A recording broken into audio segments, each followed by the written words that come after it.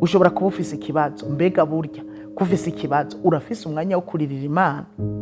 Erega burya kuronka aka karyo kugira uyu mutima canke kumva iyi mpwemu ije muri wewe yo kuja imbere y'Imana ukayitakambira n'ubuntu. Kandi na wewe wowe uri kuranyumviriza ufise ikibazo umaranye imyaka ukaba utaraja imbere y'Imana ngo usenge, warahovye. Urakwiye kugira umwanya wo kuja imbere y'Imana ukaniha, ukasenga, ukaba atavyuzi, nuvyige, niwakire Yesu nk'umwami n'umukiza, kuko je maze kumwakira burya niho namenye gusenga. Yaranyigishije gusenga, nabigishwa murazi ko bamubwiye ngo mwami Yesu ngo twigishe gusenga, kandi yarabibigishije. Nanje maze gukizwa narabwiye nti Yesu nyigisha gusenga kuko ndafise ibibazo, shaka igihe cyose ngize ingorane sinshaka kuzoza ndabwira umuntu n'umwe, shaka kuvyibwirira Imana jewe nyene. Nyigisha gusenga, mpwemu yera aranyigisha gusenga. None wewe kuri kurarira, uri kuririra nde?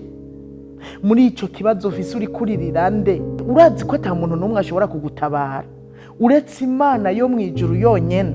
Mbega urafata akanya ngo ugende wiherere wenyene hanyuma ujogera Imana ivyo bikuruhije, ivyo bikubabaje?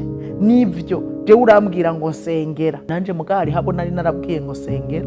Kandi burya n'uyu Hana umugabo we burya yaramusengera, ariko ntiyigeze amubera inyishu, ntiyigeze anamuhanagura amarira ngo amumare agahinda n'umubabaro yari afise mu mutima. Burya ku gahinda ufise nta wundi muntu yoka kumara atari Uhoraho yaremye ijuru n'isi. Umubabaro ufise mu mutima nta wundi muntu yobikumara atari Uhoraho yaremye ijuru n'isi. None uwo rero birakwiye kurondera umwanya ukaja imbere yiwe ukamutakambira, ukamubwira neza ikikubabaje, ukamuririra, ukamusaba kugira ngo yentervene, agire icyo akoze. Ukarondera umwanya neza utuje. Hari vyaseriye, rega hari igihe tugiye imbere y'Imana umengo si vyaseriye, ukarondera umwanya ukamuririra ari vyaseriye nyene.